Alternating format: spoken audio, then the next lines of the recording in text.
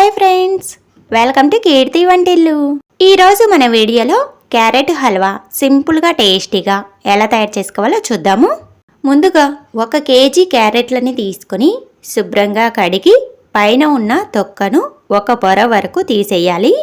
ఇలా అన్ని క్యారెట్లకు తీసేసుకున్న తర్వాత ఒక్కొక్క క్యారెట్ని తీసుకొని చివర 2 వైపుల అంచులు కట్ చేసుకోవాలి. ఇలా అన్ని క్యారెట్లకి కట్ చేసుకొని పెట్టుకోండి. ఇప్పుడు ఈ క్యారెట్లని సన్నగా తురుముకోవాలి. వీలైనంత సన్నగా తురుముకోండి.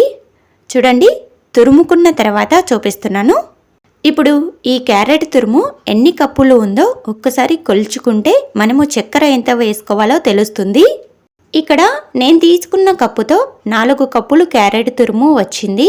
ఇలా కొలిచి పెట్టుకున్న క్యారెట్ తురుమును పక్కకు పెట్టుకోండి.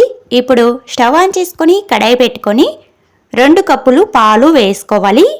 చిక్కటి పాలు తీసుకోండి. ఈ పాలల్లోనికి చిటికెడు లెమన్ సాల్ట్ వేసుకొని బాగా కలుపుకుంటూ మరిగించుకోవాలి. పాలని 1-2 పొంగులు వచ్చేంత వరకు మరిగించుకుంటే పాలన్నీ విరిగిపోయి ఇలా గడ్డలు గడ్డలుగా వస్తాయి. ఇలా వచ్చాక స్టవ్ ఆఫ్ చేసుకొని ఈ పాలని పక్కకు పెట్టుకోండి.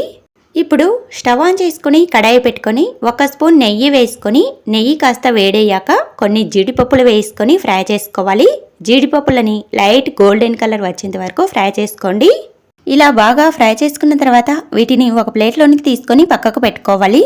ఇప్పుడు అదే నెయ్యిలోనికి మనం ముందుగా తురిమి పెట్టుకున్న క్యారెట్ తురుము వేసుకొని బాగా కలుపుకుంటూ మగ్గించుకోవాలి.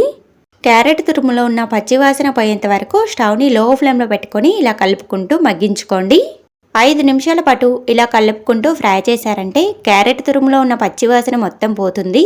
క్యారెట్ తురుముని పచ్చివాసన పోయేంత వరకు బాగా ఫ్రై చేసుకున్న తర్వాత మనం ముందుగా మరిగించుకొని విరగొట్టుకున్న పాలు ఉన్నాయి కదా, ఆ పాలని ఈ క్యారెట్ తురుములోనికి వేసుకోవాలి.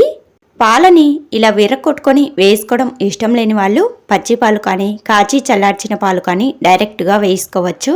ఇలా మొత్తం బాగా కలిసేలా కలుపుకొని మూత పెట్టుకొని ఈ పాలన్నీ ఇనికిపోయేంత వరకు బాగా ఉడికించుకోవాలి. క్యారెట్ తురుము పాలన్నిటిని బాగా పీల్చుకొని మెత్తగా ఉడుకుతుంది.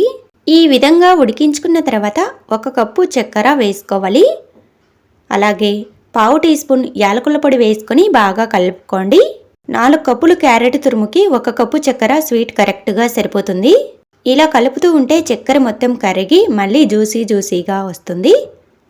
ఇప్పుడు మూత పెట్టుకొని స్టవ్ని మీడియం ఫ్లేమ్లో పెట్టుకొని క్యారెట్ తురుము మొత్తం ఈ చక్కెర సిరప్ని బాగా పీల్చుకునేంత వరకు ఉడికించుకోవాలి.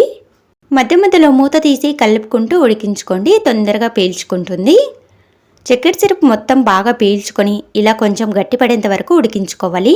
ఇలా కాస్త గట్టి పడేంత వరకు ఉడికించుకున్న తర్వాత మనం ముందుగా ఫ్రై చేసి పెట్టుకున్న జీడిపప్పులు వేసుకొని బాగా కలుపుకొని స్టవ్ ఆఫ్ చేసుకోండి.